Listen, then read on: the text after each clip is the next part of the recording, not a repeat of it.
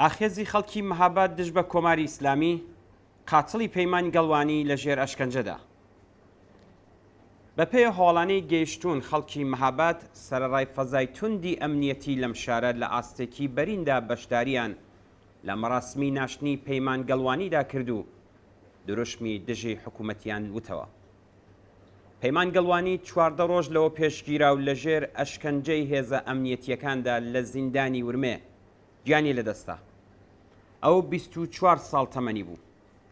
پەیمان ڕۆژی 4 مانگی پوشپەڕی ئەم ساڵ لەلایەن هێزە ئەمنیەتیەکانەوە لە مەهاباد بە تونند و تیژی دەست بەسەر کراو بەرەو گرتوخانەی ئیتلاعاتی ورمێ گوازرایەوە و ڕۆژی 18 پوشپەڕ لە ئاکامی ئەشکەنجەی وەحشیانەی جنایەتکاراندا گیانی سپارد. دەلیل و هۆکار تاشینی بە ئاشکرای کاربەدەستانی گەندەڵی کۆماری ئیسلامی بۆ پاساوی مەرگی ئەو لاوە تێکۆشەرە وەک هەمیشە قین و تووڕەی خەڵکی تێکۆشەر و بنەماڵەی پەیمان گەڵوانی لەم حکوومەتی ئەشکەنجە و ئیعدامە زیاتر کرد. ئەم قین و تووڕەیە لە دوو دەرفەتدا خۆی نیشاندا. سەرەتا مەئمورەکان بە دەستوری ئامرانی ئەشکەنجە لە دانەوەی پەیکەری پەیمان خۆیان بوارد.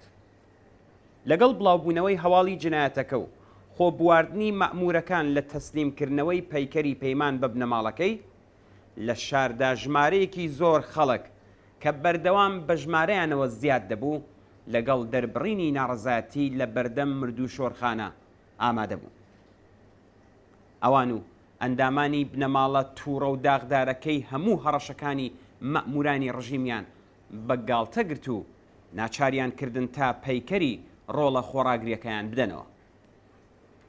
قاتڵەکان هۆکاری کۆنە و باوی نەخۆشبوونی پەیمانیان وەک هۆکاری سەرەکی مەرگی ڕاگەیاند. بەڵام خوشکەکەی کە 20 دقە براکەی لە ئاخرین ساتەکانی ژیانیدا لە نەخۆشخانە بینی بوو باسی لەبوونی ئاسەواری ئەشکەنجە بەسەر جەستەی ئەوەوە کرد و باسیشی لە ورەی بەرزی ئەو کردووە. پەیمان لە ئاخرین ساتەکانی ژیانیدا بۆ هاوسەرەکەی کە 7 مانگ لەوە پێش بەیەکەوە هاوسەرگیریان کردبوو پەیامی ناردبوو کە نیگەران نەبێت و ئەو دەگەڕێتەوە لە حاڵێکدا کە کاربەدەستانی گەندەڵی قەزایی شار لەسەر پەیوەندانی مەرگی پەیمان بە نەخۆشیەوە پێداگریان دەکرد. ئەندامانی بنەماڵەکەی بەڕاشکاوی ڕانگەیاند کە ڕۆڵەکەیان لە کاتی دەست بەسەرکردنیدا ساخ و سڵامەت بووە و لە ئاکامی ئەشکەنجەی وەحشیانەدا گیانی بەخت کردووە. ئەوان بەم جۆرە مستێکی توندیان لە دەمی کاربەدەستانی ڕژیم سرەواند و لە ناشتنی ڕۆڵەکەیان لە بێدەنگیدا خۆیان پاراست. پەیکەری پەیمان گەڵوانی ڕۆژی 19 مانگی پوشپەڕ بە ئامادەبوونی ژمارەیەکی زۆر لە خەڵکی تێکۆشەری مەهاباد و لە نێو درشم و ڕادەربڕینی سیاسی و ڕادیکاڵدا لە ئارامستانی بوداق سوڵتانی شار ئەسپەردەی خاکرا. تێکۆشەران لە هەمان شەودا لە شوێنە جۆراوجۆرەکانی شار کۆبوونەوەی ناڕەزایەتیان ڕێخست و دژ بە کولیەتی کۆماری ئیسلامی دروشمیان وتەوە.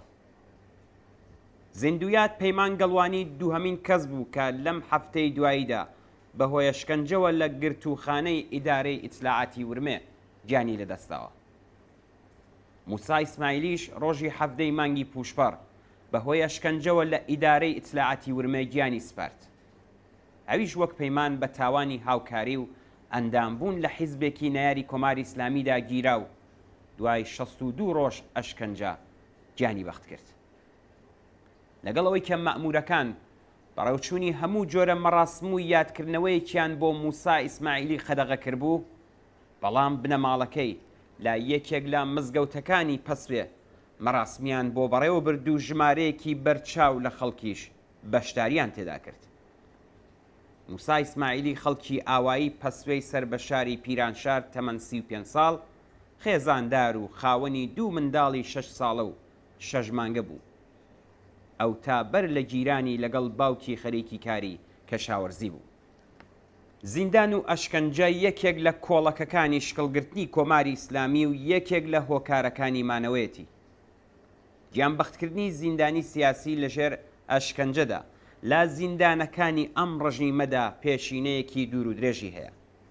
بەڵام دوای ئاخێزی شۆڕشگێڕانەی مانگی خەرمانانی 1401 واتە شۆڕشی ژن ژیان ئازادی ناوی زیندانی ئیتلاعاتی ورمێ بە ڕسوایی و وەحشیگەری زیاترەوە کەوتۆتە سەرزاران.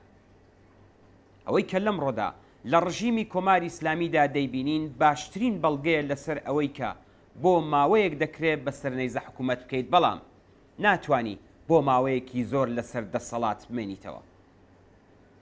گیانبەختکردنی زیندانیانی سیاسی وەک پەیمان گەڵوانی و موسا ئیسماعیلی لەژێر ئەشکەنجەدا لە زیندانەکانی کۆماری ئیسلامی و لەوانە لە زیندانی ورمێ نیشانەی ئاشکرای خۆڕاگری ڕۆڵە ئازا و بوێرەکانی خەڵکە لە بەرامبەر ئەشکەنجە وەحشیانەکانی ڕژیمی ڕوو لە ڕووخانی کۆماری ئیسلامیدا.